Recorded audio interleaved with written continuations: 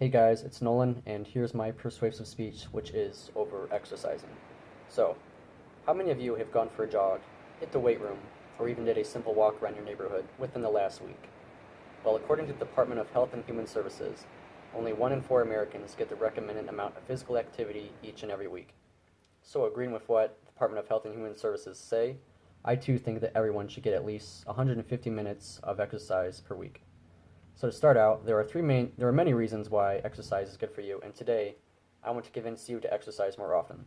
The three main reasons I will talk about today are that no exercise can be detrimental to your health, obviously.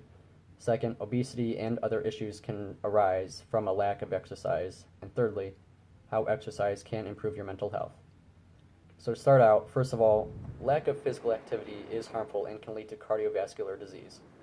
And research conducted by Johns Hopkins Medical School concluded that cardiovascular disease is the number one cause of deaths worldwide annually, equating to roughly 1 in 4 deaths, including smoking-related deaths. Now, it's important to keep your heart strong, given it's a muscle, through aerobic exercise. Now, most forms of exercise are aerobic exercise, and this can include running, swimming, biking, or even just walking. And during aerobic exercise, your heart rate is increased, which thus increases blood circulation throughout your cardiovascular system. And what happens is that oxygenated blood is carried to your muscles, which are doing all the work, and supply them with oxygen.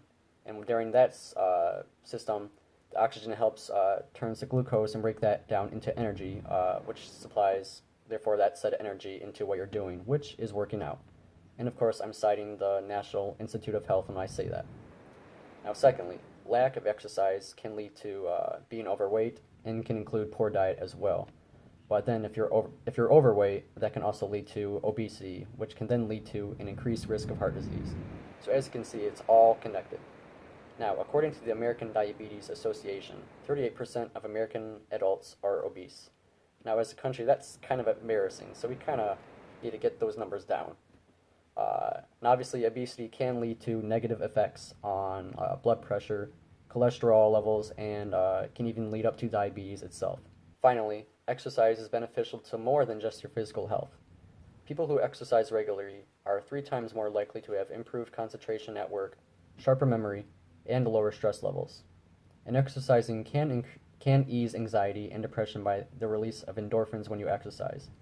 When you work out, your brain releases different hormones, also known as happy chemicals, and these chemicals can include endorphins and dopamine. Now, endorphins are released when they are triggered by physical pain, so it's kind of like the body's natural way of masking pain and the body's natural form of morphine.